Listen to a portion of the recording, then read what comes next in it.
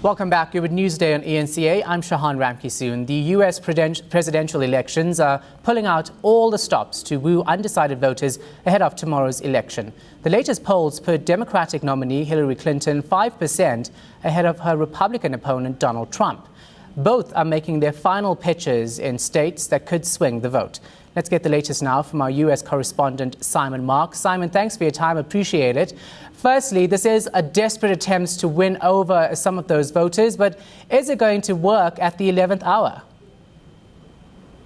Well, you know, it's almost hard to imagine, Jahan, after an election campaign in the United States that has gone on for so long. We've been doing this for more than 15 months here in the United States. It's hard to imagine there could be anybody out there that hasn't already made up their minds. But there are, according to pollsters, still some floating voters in those all-important battleground states, the states that sometimes vote Democratic, sometimes vote Republican, and those are the voters that Hillary Clinton and Donald Trump are trying to reach on this last day of campaigning. We've just seen the most beautiful sunrise come up here in Washington over the White House. This is the position from which I will be reporting for the next few days here on eNCA as we wait for the results of this election to come in and then we digest them. Hillary Clinton goes into this final day of polling buoyed not only by the polls that you mentioned show her still 3 to 5 points ahead of Donald Trump, depending on which survey you look at, but also buoyed by that announcement by the FBI director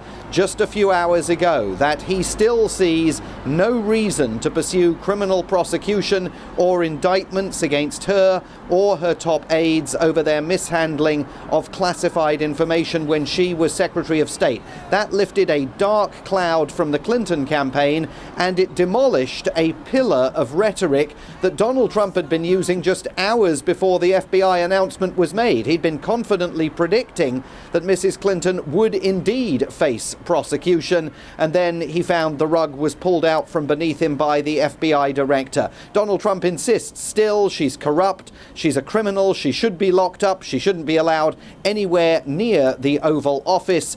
This very messy and unpleasant election campaign then is ending in a very negative fashion, with Hillary Clinton hitting back at Donald Trump and saying that his treatment of women alone, not to mention his approach to minorities here in the United States, all of that means that he equally should not be allowed anywhere near the Oval Office or America's nuclear trigger.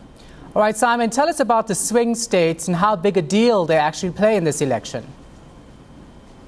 Oh, they're absolutely vital, and you can tell that from the travel schedule that the two candidates have still ahead of them. They're heading to places like Florida, Michigan, North Carolina, New Hampshire. They are desperate to energize these swing states, and here's why they're important. This is not a direct election. This isn't a day tomorrow on which we add up all the votes that Donald Trump gets across the country and all the votes that Hillary Clinton gets across the country, and the one that gets the most votes wins. This election is not decided by the popular vote. It's decided by something called the Electoral College. Too complicated to go into details on that now, but it basically means that a small number of so-called battleground swing states have not just an enormous amount of power in this election process, but essentially the deciding voice. And so that's why, for the last several weeks now, Hillary Clinton and Donald Trump have racked up thousands and thousands of air miles visiting those battleground states. Places where we know the outcome of the election, they don't get a look in. Nobody bothers really to go and campaign in California, for example, at this stage of the election, or even Mississippi, if you like, or Arkansas. They're really focused on those all-important battleground states. There are very few paths for victory for Donald Trump. They all lead through the state of Florida. If Donald Trump loses Florida when the votes are counted on Tuesday night here in the United States, the early hours of Wednesday morning, South Africa time, it is almost guaranteed that Hillary Clinton becomes the next American president. And she goes into this final day of campaigning knowing that she has more paths to victory available to her than Mr. Trump, but that nonetheless, theoretically, on paper, there are still options that could lead to him winning the White House.